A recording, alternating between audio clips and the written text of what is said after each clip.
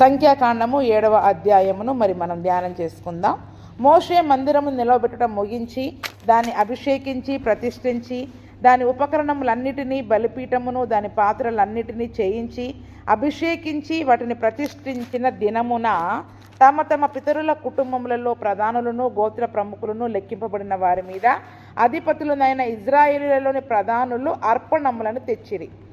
ఆ యొక్క మోషే ప్రత్యక్ష గుడారమును నిలవబెట్టి ఆవరణాన్ని నిలబెట్టి మందిరాన్ని నిలవబెట్టి అన్నిటినీ కూడా ప్రతిష్ఠించిన ఆ దినమున ఇజ్రాయేల్ యొక్క 12 గోత్రాలలోని ప్రధానులు, ఆ ప్రధానుల పేర్లు కూడా లెక్కించబడినప్పుడు ఇంతకుముందు రాసాం మనం. ఆ 12 గోత్రాలలోని ప్రధానులు ఎవరు, వాళ్ళ కుమారులు 3 తరాల యొక్క పేర్లని మరి అక్కడ మనం రాసినట్టుగా మనం చూస్తూ ఉన్నాం. మాటి మాటికి ఆ యొక్క పేర్లని మరి పరిశుద్ధాత్ముడు వాక్యంలో రాయిస్తూ ఉన్నాడు. కాబట్టి మరి ఆ యొక్క ప్రధానులందరూ కూడా ఏం చేశారంట, మరి మోషే మాట చొప్పున అర్పణలను తీసుకొని వచ్చారు. వారు ఇద్దరికి ఒక్కొక్క బండి చొప్పునను ప్రతివానికి ఒక్కొక్క ఎద్దు చొప్పునను 6 గూడు బండ్లను 12 ఎద్దులను యెహోవా సన్నిధికి తీసుకొని వచ్చిరి. వారు మందిరం ఎదుటకి వాటిని తీసుకొని వచ్చిరి. అర్పణలనే కాకుండా ఇంకా ఏం తీసుకొచ్చారంట, బండ్లు కూడా తీసుకొచ్చారు. ఏంటది? బండి. ఇప్పుడు ప్రత్యక్ష గుడారముని మరి మోసుకొని వెళ్ళాలి కదండి, ఒక్కొక్కరికి ఒక్కొక్క భారం అనేది నిర్ణయించబడింది. మరి అన్నీ కూడా ఎక్కువ సమయము చేతుల పైన మోయలేరు. కాబట్టి మరి ఆ ప్రత్యక్ష గుడారములోని ఉపకరణములన్నిటినీ కూడా మోయడానికి ఏం తీసుకొని వచ్చారు? బండ్లు తీసుకొచ్చారు. అవి కూడా ఎవరు తీసుకొచ్చారు? ఇజ్రాయేలీలే తీసుకొచ్చారు. ఇజ్రాయేలీలోనే మరి వారందరూ కూడా ఇద్దరికి కలిపి ఒక్కొక్క బండి, అంటే 2 గోత్రాల వాళ్ళు కలిపి ఒక బండిని సిద్ధం చేశారు. 12 గోత్రాలు కదా, 12 గోత్రాల వాళ్ళు ఇద్దరు కలిసి ఒక్కొక్క బండిని, అలాగ 12 గోత్రాల వారు 6 బండ్లను తీసుకొని వచ్చారు. ఏ బండ్లు అంటే అవి మళ్ళీ గూడు బండ్లు. గూడు బండ్లు అంటే పైన టెంట్ వేసేసి ఉంటాయి. అంటే ఇప్పుడు ఓపెన్గా ఉండకుండా, ఇప్పుడు మామూలుగా ఎడ్ల బండికి అయితే పైన ఉండదు, వేరుగా ఉంటుంది. గూడు బండ్లు అంటే పైన కూడా ఉంటుంది. అంటే పగలు ఎండకైనా వర్షానికైనా లోపల ఉన్నవన్నీ కూడా పాడు కాకుండా మరి రక్షించబడే విధముగా కాపాడబడే విధముగా గూడుతో కూడా కప్పబడినట్టుగా అటువంటి గూడు బండ్లను ఇజ్రాయేలీలు 6 బండ్లను తీసుకుని వచ్చారంట. ప్రతి వాడికి ఒక్కొక్క ఎద్దు, ఇద్దరు గోత్రాలు కలిపి ఒక బండి కదండి. అంటే అలాగ 12 ఎద్దులు 6 బండ్లను మరి మందిరం ఎదుటికి వాటిని తీసుకొని వచ్చారు. అప్పుడు యెహోవా మోషేకు ఇలాగ సెలవిచ్చెను, నీవు వారి వద్ద ఈ వస్తువులను తీసుకొనుము, అవి ప్రత్యక్షపు గుడారపు యొక్క సేవకై ఉండును. నీవు వాటిని లేవీలలో ప్రతి వానికిని వాని సేవ చొప్పున ఇయ్యవలెను. ఎందుకని తెప్పించారు ఇవన్నీ అంటే కనుక, మరి ఇప్పుడు ఈ లేవీలు ఈ యొక్క ఉపకరణాలను మోయాలి కదా, ఆ సేవ కొరకు ఉపయోగపడాలి. ఏ సేవ కొరకండి? ఆ యొక్క సేవ కొరకు, ఆ యొక్క ప్రయాణములో ఆ యొక్క పరిశుద్ధ ప్రత్యక్ష గుడారం యొక్క ఉపకరణాలని మోయడానికి ఆ ఇజ్రాయేలు ప్రజలే మరి ఆ యొక్క బండ్లను కూడా తీసుకొని రావాల్సినట్టుగా మరి దేవుడు చెప్పాడు. ఎందుకంటే మరి వారు అన్నీ కూడా వస్తువులని వారి చేయితో మోయలేరు, భుజాల మీద మోయలేరు. మోషే ఆ బండ్లను ఆ ఎద్దులను తీసుకుని లేవీయులకు ఇచ్చెను. అతడు ఆ 2 బండ్లను 4 ఎద్దులను వారి సేవ చొప్పున గెర్షోనీయులకు ఇచ్చెను. అతడు 4 బండ్లను 8 ఎద్దులను యాజకుడగు అహరోను కుమారుడైన ఈతామారు చేతి కింద సేవ చేయు మెరారీయులకు వారి సేవ చొప్పున ఇచ్చెను. ఆ బండ్లను ఎలా పంచారో కూడా చెప్తా ఉన్నారు. 2 బండ్లు 4 ఎద్దులు అంటే ఒక బండికి 2 ఎద్దులు ఉంటాయి.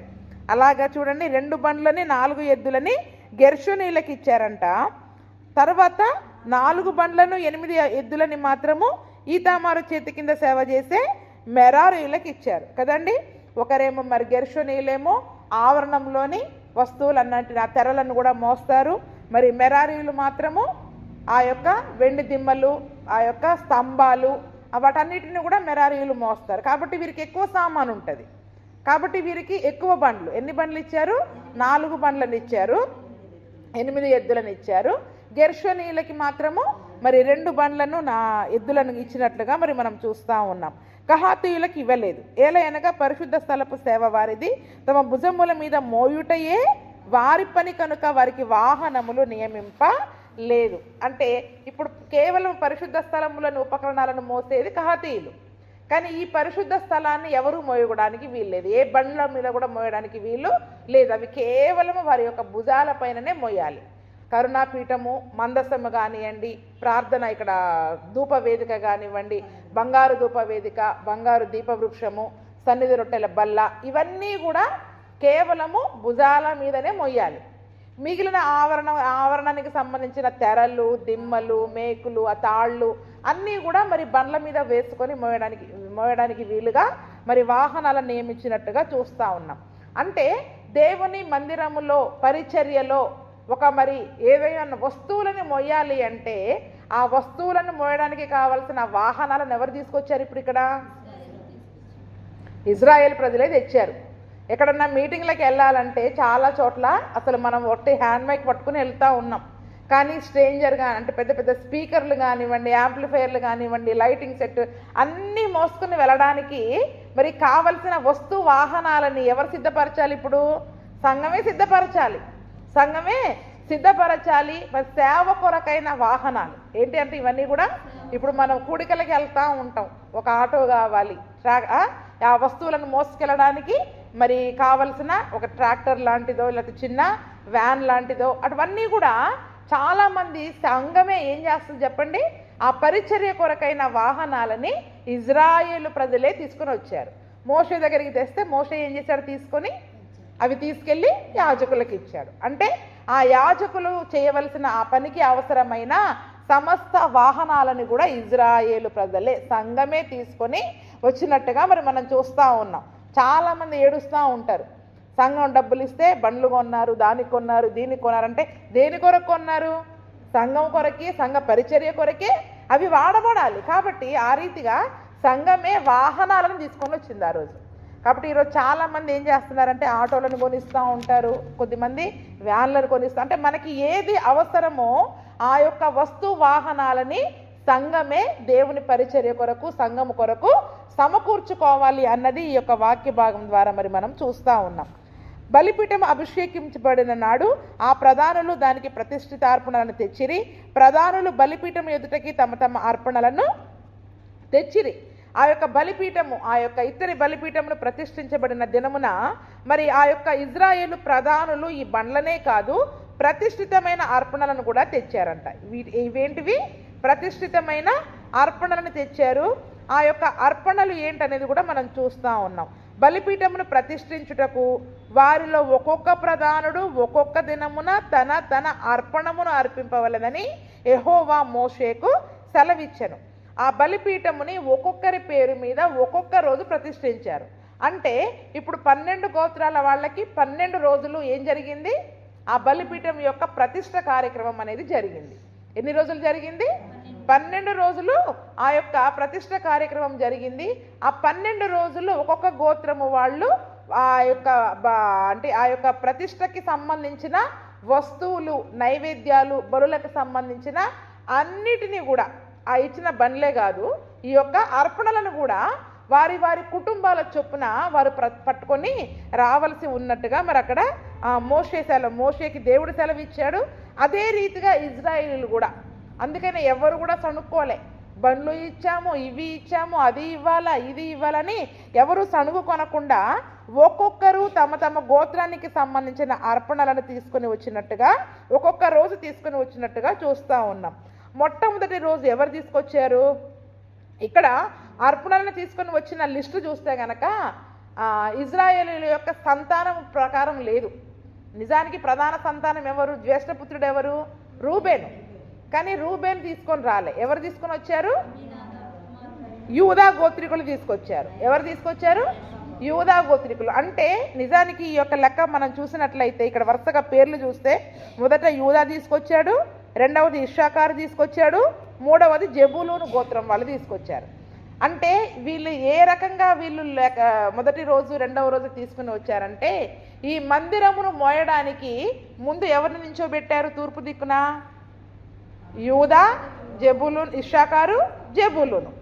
అంటే ముందు ఎవరైతే నిలబడ్డారో వరుసగా ఆ ముగ్గురు తీసుకొచ్చారు. ఎవరు తీసుకొచ్చారు? మొదటి 3 రోజులు ఆ ముగ్గురు తీసుకొచ్చారు.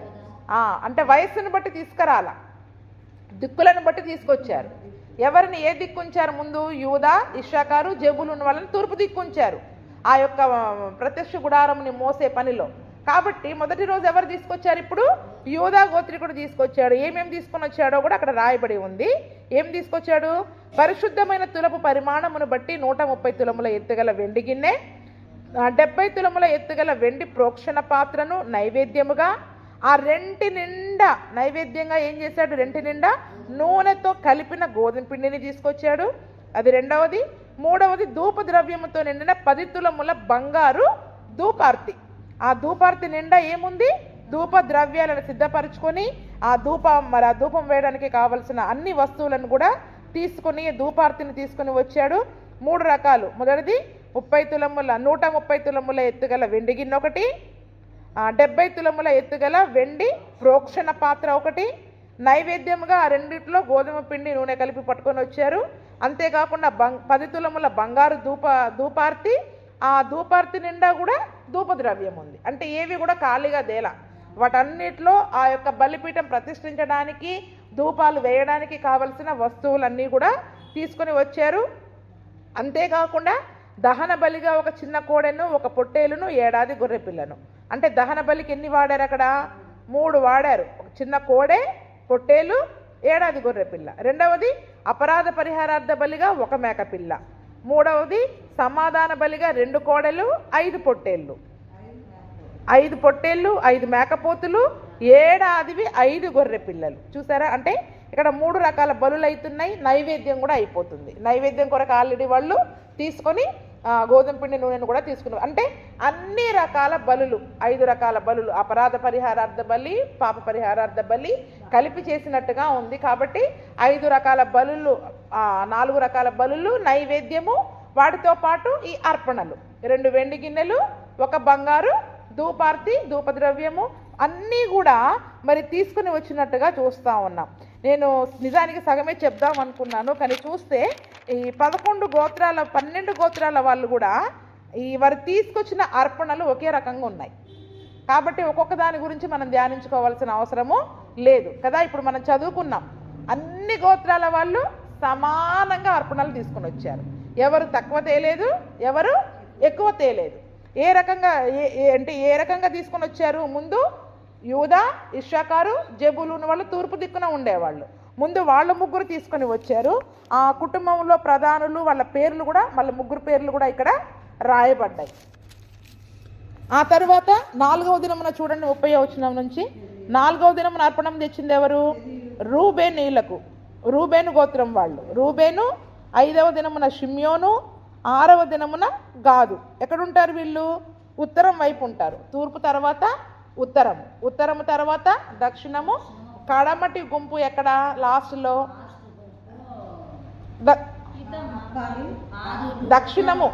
దక్షిణము లాస్ట్ గుంపు. కడపటి గుంపు ఏమైతుంది అంటే లాస్ట్ కడపటి గుంపు దక్షిణం అవుతుంది. మొదటిది తూర్పు, ఉత్తరము, పడమర. ఇది ఉత్తరమా? ఇది ఉత్తరం అయితే కడపటి గుంపు కాదు, దక్షిణమే కడపటి గుంపు అవుతుంది. దక్షిణము కడపటి గుంపు. కాబట్టి 4వ దినమున, 5వ దినమున, 6వ దినమున ఎవరు తెచ్చారు? ఉత్తర దిక్కు వాళ్ళు తెచ్చారు. ఆ రోజు దక్షిణం అనుకుని ఇక్కడ నిలబడ్డారు మీరు, అందుకనే మీకు అదే గుర్తుంది. కానీ నిజానికి ఇది ఏంటి? ఉత్తరం. కాబట్టి ఉత్తరమున ఎవరెవరు ఉంటారు? రూబేను, షిమ్యోను, గాదు గోత్రముల వాళ్ళు ఉంటారు. వరుసగా ఈ 3 అయిపోయాక ఈ 3 వారి యొక్క అర్పణలను తీసుకొని వస్తారు. 7వ దినమున ఎవరు తీసుకొచ్చారు? 48వ వచనంలో ఎఫ్రాయిము. ఎక్కడుంటారు? ఎఫ్రాయిము, మనష్షే, బెన్యామీను పడమట ఉంటారు. తూర్పుకి ఎదురుగా పడమట ఉంటారు. కాబట్టి తర్వాత 3 రోజులు వరుసగా వారు ఆ అర్పణలను తీసుకొని వస్తారు. 66వ వచనం. 10వ దినమున ఎవరు తీసుకొచ్చారు? 60వ వచనం నుండి చూసుకుంటూ బెన్యామీన్ అయిపోయింది కదా. 10వ దినమున దాను, ఆషేరు, నఫ్తాలి వీళ్ళెవరు? ఆ యొక్క దక్షిణపు గుంపు. కడపటి గుంపుగా చివరిగా వాళ్ళే తీసుకొని వస్తారు. అందరూ తెచ్చిన అర్పణలలో కూడా అన్నీ సమానంగా తీసుకొని వచ్చారు. ఏ ఒక్కరు కూడా ఒకటి ఎక్కువగా ఒకటి తక్కువగా తీసుకొని రాలేదు. అందరూ కూడా అవే. అందుకనే ఆ లెక్క అంతా కూడా మళ్ళీ ఎక్కడ ఇచ్చాడు? 84వ వచనంలో ఇచ్చారు చూడండి. బలిపీఠం అభిషేకించబడిన దినమున ఇజ్రాయేలీల ప్రధానులు అర్పించిన ప్రతిష్ఠిత అర్పణములు ఇవి. వెండి గిన్నెలు 12. ఏంటంట? వెండి ప్రోక్షణ పాత్రలు 12, బంగారు ధూపార్తులు 12. ప్రతి వెండి గిన్నె 130 తులములు. మొదటి వెండి గిన్నె ఎన్ని తులాలు? 130 తులములు. ప్రతి ప్రోక్షణ పాత్ర 70 తులములు కదండి. ఆ ఉపకరణములు వెండి అంతయు కూడా పరిశుద్ధమైన తులపు పరిమాణమును బట్టి 2400 తులములైందంట. ఎంతైంది? 2400 తులముల వెండి మరి వాళ్ళు ఆ యొక్క గిన్నెల రూపంలో పరిచర్య కొరకు ఇచ్చారు. ధూపద్రవ్యముతో నిండిన బంగారు ధూపార్తులు 12. వాటిలో ఒకటి పరిశుద్ధమైన తులపు పరిమాణమును బట్టి 10 తులములది. ఆ ధూపార్తుల బంగారం అంతయు 120 తులములు. అంటే 10 తులాలు కదా. 10 తులాలు 12 గోత్రాల వాళ్ళు ఇచ్చారు. 120 తులాల ధూపార్తిని బంగారముగా వారు దేవుని కొరకు ఇచ్చారు. దహన బలి పశువులన్నీ ఎన్ని? 12 కోడలు, 12 పొట్టేళ్ళు, 12 గొర్రెపిల్లలు 12, ఏడాదివైన గొర్రెపిల్లలు. వాటి నైవేద్యములు పాపపరిహారార్థమైన మగ పిల్లలు 12. సమాధాన బలి పశువులన్నీ 24 కోడలు, 60 పొట్టేళ్ళు, 60 మేకపోతులు, 60 ఏడాదివైన గొర్రె పిల్లలు. మోషే యెహోవాతో మాట్లాడుటకు ప్రత్యక్షపు గుడారములోనికి వెళ్ళినప్పుడు సాక్ష్యపు మందసము మీద ఉన్న కరుణాపీఠము మీద నుండి అనగా 2 కెరూబుల నడుమ నుండి తనతో మాట్లాడిన యెహోవా స్వరము అతడు వినెను. అతడు ఆయనతో మాట్లాడాను. ఎందుకంటే ఇదంతా కూడా సిద్ధపరిచాక నేను ఆ కెరూబులో నుంచి మాట్లాడతాను అని దేవుడు చెప్పినట్టుగా మరి ఆ మందిరాన్ని నిలబెట్టి ఆ బలిపీఠాన్ని అన్నింటిని కూడా అభిషేకించి ప్రతిష్ఠించిన తరువాత మరి ఆ యొక్క అహరోను మోషే లోపలికి వెళ్ళినప్పుడు ఆ కెరూబులలో నుండి దేవుడు ఏం చేశాడంట? ఆ యొక్క స్వరమును ఆ కెరూబుల ద్వారా ఆ కెరూబులో నుండి మరి దేవుడు మోషేతో మాట్లాడాడు. మోషే ఆ స్వరాన్ని విన్నట్టుగా మరి మనం చూస్తూ ఉన్నాం. నిజానికి ఇక్కడ చూడండి 90 వచనాలు అందులో ఉన్నాయి. ప్రతి చోట ప్రతి కుటుంబం యొక్క ప్రధానుడి యొక్క పేరు, వారి తండ్రి పేరు, మళ్ళీ వాళ్ళ కుమారుడి యొక్క పేరు. ఇప్పుడు అందరూ ఒకే అర్పణలు తీసుకొచ్చారు కదా, రాయకపోతే ఏమి? ఇక్కడ డైరెక్ట్గా 12 రాయొచ్చు కదండి. ఇంత వివరముగా చూడండి, ఇంత వివరముగా ఒక్కొక్కరి పేరు, ఒక్కొక్కరి అర్పణం అందరూ తెచ్చింది ఒకటే. సేమ్ అని పెట్టేసుకోవచ్చు. మనమే టిక్కు పెట్టుకుంటాం, అబ్బా ఇన్నెవరు రాస్తారు అని చెప్పి. కానీ చూడండి, లెక్క విషయంలో దేవుడు చాలా ఖచ్చితంగా ఉంటాడు. ప్రతి ఒక్కరి పేరును అక్కడ నిర్ణయిస్తున్నాడు. ప్రతి ఒక్కరి పేరును కూడా వాళ్ళు అందరితో సమానంగా ఒకరి పేరును రాయట్లా. అంటే ప్రతి ఒక్కరు తెచ్చిన అర్పణము విషయమైన లెక్క దేవుని దగ్గర కరెక్ట్గా ఉండాలి. ఎలాగుండాలి? దేవుని దగ్గర కరెక్ట్గా ఉండాలి. ఇప్పుడు మనం కూడా పండగ కానుకలు ఇస్తాం. అందరూ 1000, 2000, 500 ఇచ్చినప్పుడు కూడా ప్రతి ఒక్కరి పేరు రాస్తాం. మనం ఏం చేస్తాం? ప్రతి ఒక్కరి పేరు ఆ యొక్క కానుకను, అంటే కానుకల లెక్క అనేది ఈ అధ్యాయంలో వివరించబడింది. ఏ కానుకలు తెచ్చారు ఆ కానుకల యొక్క లెక్క, ప్రతి ఒక్కరి పేరు పరిశుద్ధ గ్రంథములో ఏ రీతిగా అయితే రాయబడి ఉందో, మరి మందిరములో మనం దేవుని కొరకు ఇచ్చే ప్రతి కానుకను కూడా దేవుని దగ్గర కూడా లెక్క ఉంటుంది. ఏమో లెక్క ఉంటుందండి? దేవుని దగ్గర. మా దగ్గర ఉన్నా ఉండకపోయినా ఎక్కడ లెక్క ఉంటుంది? ఎందుకు ఇంత వివరంగా రాయించారు అంటే చివరిలో మన పేరు కూడా పెట్టుకోవాలి. మనం కూడా దేవుని కొరకు ఏమి ఇస్తున్నాం, ఏ వస్తువాహనాన్నైనా, ఏ అర్పణనైనా, ఏ వెండినైనా, బంగారం, అంటే ఆ పాత నిబంధన గ్రంథంలో ఉన్నది ఇప్పుడు మనం ఇవ్వాలని లేదు. ఎందుకంటే ఎఫెసీయులకు రాసిన పత్రికలో యేసుప్రభుల వారు అంటారు, ఏమంటారు? మనము ఆయన కొరకు పరిమళ వాసనగా ఉండడం కొరకు ఆయనే తన్ను తాను అర్పణముగా బలిగా సమర్పించుకున్నాడు. యేసుప్రభువే అర్పణముగా బలిగా సమర్పించుకున్నాడు. కాబట్టి ఇప్పుడు ఇన్ని దహన బలి పశువులు, ఈ పశువులు కానీ, ఈ అర్పణలు కానీ మనం దేవుని సన్నిధికి తీసుకుని రావాల్సిన అవసరము లేదు. కానీ పరిచర్య జరగడానికి అవసరమైనది ఈ కొత్త నిబంధన కాలంలో మనం తీసుకొని రావాలి. అపోస్తుల కార్యంలో మరి మనం చూసినట్లయితే ఆ యొక్క సంఘం విస్తరించబడుతున్న దినములలో ప్రతి వారు కూడా ఆ యొక్క పరిచర్య కొరకు ఏ రీతిగా ఇచ్చారో మరి అక్కడ మనం చూద్దాం. అపోస్తుల కార్యము 2వ అధ్యాయము 44, 45 వచనాలు.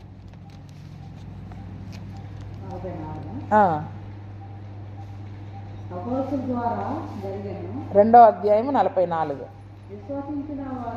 విశ్వసించిన వారందరూ ఏకముగా కూడి తమకు కలిగినదంతయు సమిష్టిగా ఉంచుకొనిరి.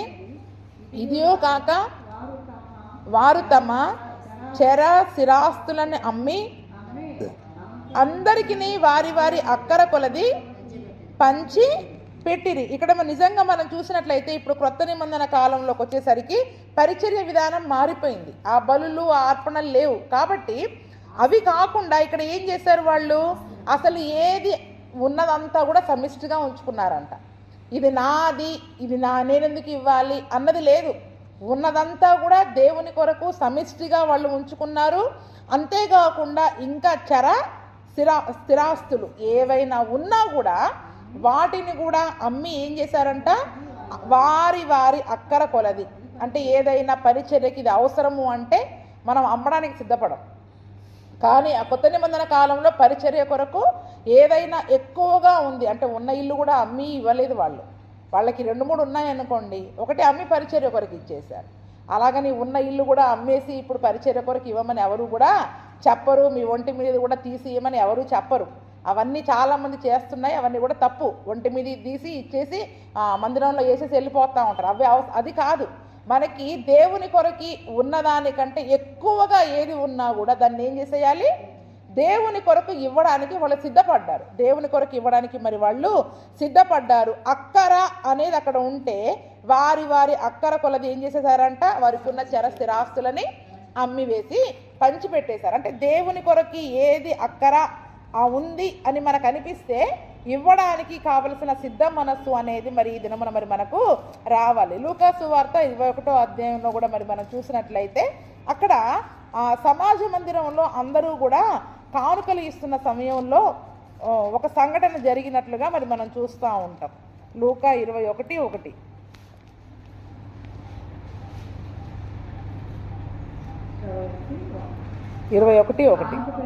కానుక పెట్టెలో తమ కానుకలను వేయుచున్న ధనవంతులను ఆయన పారజూచెను. అంటే చూడండి ఇక్కడ ఎందుకు ఇంత వివరంగా ఇన్ని పేర్లు అందరి రాసి ఎవరెవరు ఏమి ఇచ్చారు, మళ్ళీ వాళ్ళ ప్రధానుల పేర్లు, వాళ్ళ తండ్రుల పేర్లు, వాళ్ళ పిల్లల పేర్లు అన్నీ కూడా రాయించారు.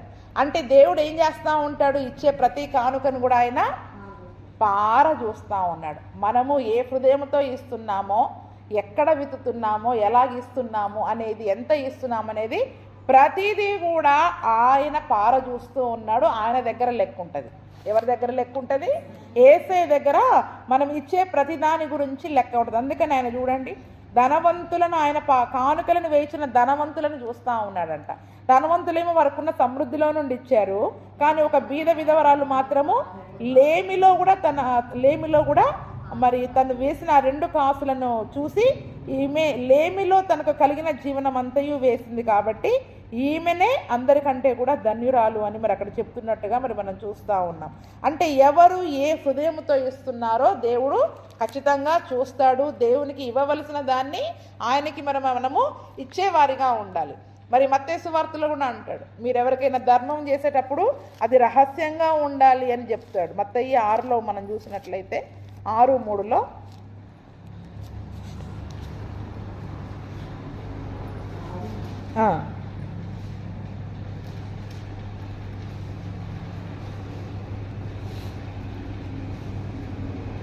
మత్తయి 6:3 నీవైతే ధర్మము చేయనప్పుడు నీ ధర్మము రహస్యముగా ఉండు నిమిత్తము నీ కుడి చేయి చేయనది నీ ఎడమ చేయికి తెలియక ఉండవలను. అట్లయితే రహస్యమందు చూచు నీ తండ్రి నీకు. ఇక్కడ ధర్మం అనే కాదండి, దేవునికి ఇచ్చినా మనం ఎవరికి ఇచ్చినా కూడా అది రహస్యంగా ఉండాలని దేవుడు కోరుకుంటా ఉన్నాడు. ఎలాగా అంటే ఈ లెక్క అనేది మందిరంలో ఉంటుంది, కానీ చాలామందికి ఏంటంటే నేను ఎంత ఇచ్చాను అనేది సంఘంలో చెప్పాలి అని కోరుకుంటా ఉంటారు. ఏం కోరుకుంటా ఉంటారు? ఎంత ఇచ్చాము అనేది సంఘంలో చెప్పాలని చాలామంది కోరుకునే వ్యక్తులుగా ఉంటారు. వస్తువులపైన వారి యొక్క పేర్లు రాస్తూ ఉంటారు. అంతకుముందు పాత ఫ్యాన్ల మీద అనుకుంటా పేర్లు చూసాను నేను, పేర్లు కూడా చూసా పాత ఫ్యాన్ల పైన. ఇప్పుడు మార్చేశారు కదా. అదే అంటే ఆ పేర్లు అనేవి ఏం చేస్తుందంటే ఎవరు అంటే ఇక్కడ పాత నిబంధన గ్రంథంలో అందరి పేర్లు కూడా రాయబడ్డా ఎవరెవరు ఏమి ఇచ్చారనేది ఉంది. కానీ క్రొత్త నిబంధన గ్రంథంలో యేసు ప్రభుల వారు ఏం చెప్పాడు, అసలు ఎవరు ఏమి ఇచ్చినా అది రహస్యంగా ఇవ్వాలి. ఇచ్చిన కానుకే కానీ ధర్మమే కానీ రహస్యంగా మనం ఇచ్చినప్పుడే దేవుడు మనకి ప్రతిఫలాన్ని దయచేస్తాడు. కాబట్టి దేవుని కొరకు మరి ఇక్కడ చాలామంది దీన్ని చదువుకున్నప్పుడు చాలా సంఘాలలో కూడా ఏం చేస్తూ ఉంటారంటే ఎవరెవరు ఎంత కానుకలు ఇచ్చారు ఆ యొక్క పండగ సందర్భంలో ముఖ్యమైనవి ప్రత్యేకమైన కానుకలు పెద్ద లిస్టు చదువుతారు, పెద్ద లిస్టు చదువుతూ ఉంటారు. కానీ అలా చదవడం ద్వారా దేవుని నామానికి మహిమ రాదు, వాళ్ళకి ప్రతిఫలము రాదు. మనం దేవునికి ఏది ఇచ్చినా కూడా అది రహస్యంగా ఉండాలని దేవుడు కోరుకుంటా ఉన్నాడు. అందుకని ఆ కానుక పెట్టెలో అంటే ధనవంతులు వేసేటప్పుడు ఏమనుకున్నారు, వారికి ఉన్న ధనాన్ని బట్టి చాలా తీసుకొచ్చేసారు, సమృద్ధిని బట్టి ఏం చేశారు, చాలా తెచ్చారు. ఇప్పుడు 1 కోటి రూపాయలు ఉన్నాయి, వాళ్ళు 1,00,000 రూపాయలు చేసినంత మాత్రాన వాడికి గొప్పేం కాదు అది. కానీ అసలు ఏమీ లేని వాళ్ళు ఉన్న 2 కాసులు ఆ వచ్చే పెన్షన్లు ఆ 1000 రూపాయలలో కూడా తెచ్చి ఆ 200 100 వేసారనుకోండి, అది దేవుడు చూస్తాడు. అది దేవుడు అంటే సమృద్ధిగా ఉన్నప్పుడు వేయడం ముఖ్యం కాదు, ఏమీ లేనప్పుడు కూడా మనం దేవుని కొరకు ఏమి ఇస్తున్నాము అనేది దేవుడు చూస్తాడు. అందుకనే మన ప్రతి కానుకలు అనేవి చాలా ముఖ్యమైనవి, ప్రతిష్ఠించబడినవి. ఏంటంటే అవి దేవుని కొరకు దేవుని పరిచర్య కొరకు ప్రతిష్ఠించబడినవి. ఇప్పుడు మరి లోకంలో అడిగినట్టుగా విచ్చలవిడితనముగా కాకుండా ఒక ప్రత్యేకముగా ప్రతిష్ఠితమైన పనిగా దానిని మనం ఎంచుకోవాలి. దేవునికి ఇచ్చే పనిని కూడా అదొక ప్రతిష్ఠితమైన పనిగా దేవుని కొరకు మనం ఇస్తే అప్పుడు మనకి ప్రతిఫలము జరుగుతుంది. ఏదో మేలు చేస్తాడని మనం ఇవ్వకూడదు. కొద్దిమంది ఏం చేస్తారు, మొక్కుకొని నాకు బాగా అయితే దేవుడికి ఇంత ఇస్తాను, లేకపోతే దేవుడు నాకు ఏదైనా చేస్తే ఇస్తాను, లేకపోతే చేస్తాడేమోనని కూడా ఇచ్చేవాళ్ళు ఉంటారు. అలాగ మనం ఇవ్వకూడదు. దేవుని కొరకు ఎక్కడ అక్కర అనేది ఉందో ఆ అక్కర ఉన్న సమయంలో మనకి అవసరం లేనిది ఎక్కువగా ఉన్నదాన్ని అమ్మైనా కూడా దేవుని కొరకు మరి మనము వాడబడే విధముగా దేవుని కొరకు ఇచ్చే వారముగా మరి మనము ఉండాలి. మనం ఇచ్చే కానుకలు కూడా దేవుని దగ్గర లెక్క ఉంటాయి, దేవుడు పారజూస్తూ ఉంటాడు. ఈ లోకంలో ఆ పేరును ప్రఖ్యాతులని ఆ యొక్క మనము ఎంత ఇచ్చాము అనేది మనుషుల దగ్గర ఘనతగా మరి మనం చెప్పుకోవడానికి వీలు లేదు. ఎందుకంటే ఒక ఉదాహరణ కూడా నేను చెప్తా. ఒక మందిరంలోనంటే ఒక ఆమె ఏం చేసింది, అయ్యగారి తలపైన ఫ్యాన్ పనిచేయట్లేదని ఫ్యాన్ ఇచ్చిందంట.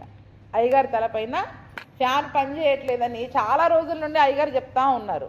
చెప్తూ ఉంటుంటే చివరికి ఆమెకి దేవుడు ప్రేరేపణనిచ్చి, సరే అయ్యగారు పాపం చెమటలు గారుతూ వాక్యం చెప్తా ఉన్నారని చెప్పి ఒక ఫ్యాన్ ఇచ్చింది.